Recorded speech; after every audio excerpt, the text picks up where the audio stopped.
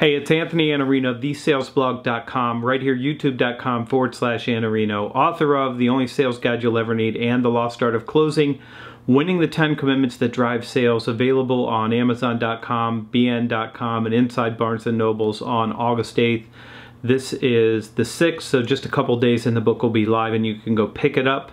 If you're watching this now and it's before August 8th, go to thelostartofclosing.com for pre-orders.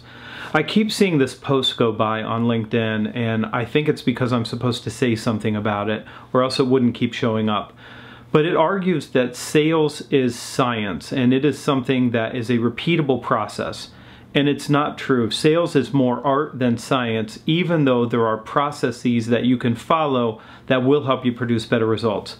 Let's start by talking about what science is and what science does. Science is a process itself in which human beings look for facts that are verifiable, that are objective, that someone can look at and say, this is a truth. And let me give you an example.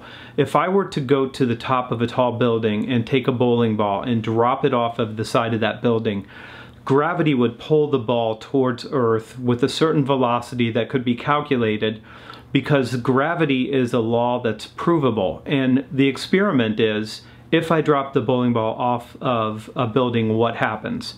And if I drop it off of a 10-story building, gravity pulls it to the ground. And if I drop it off a 100-story building, gravity pulls the bowling ball towards the ground, because that's what gravity does. And here's what it is. It's an exemplar, or it's an injunction. Science says if you do A, you always get B. If you drop a bowling ball off of a building, it always falls to the ground 100% of the time. It never floats into the air. You never get the opposite reaction. But in sales, that's not true. If you follow your sales process exactly, if you get every single customer verifiable objective and outcome reached in every single stage, you can still get to the end of that process having done everything you know to be right and still lose. If you study psychology and you try to understand what another person is thinking, if you try to elicit their needs, and you work very hard to make sure that they get what they need, you can still lose to someone else who has a better connection, or who developed a better solution, or who collaborated in a different way, or who had one different meeting with a stakeholder that you didn't meet with that influenced the deal. There are so many variables in sales because it's a dynamic human interaction. And there are so many variables once you involve more than one human being in any kind of a conversation that it can change the outcome. So here's the thing. You want to follow a process. You want to follow best practices. You want to understand scientific principles, even though they don't operate the same way in the same or different people rather at different times. You want to pick up a book like Influence or Persuasion by Cialdini. You want to understand the law of reciprocity, but know that for some people that's not the lever that you need to pull in order to influence them. There are deep principles, however, that are worth following, and that's things like, do you have integrity?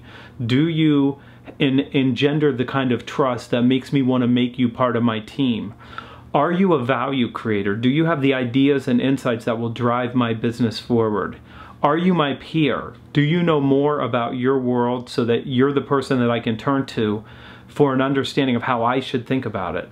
All of these things matter a great deal, and the ability to have a conversation and the ability to engage in a sales process is different for different people, and some people have the art of selling down at a higher level than other people, and that's always going to be true. So sales is more art than science, even though you should still study the science. It doesn't mean that it's something that you're going to be able to have the same predictable result that you'll have with a scientific injunction or something of that level. So don't buy that kind of hype, and do the work to be the kind of person that's worth buying from in the first place. That's your very best bet.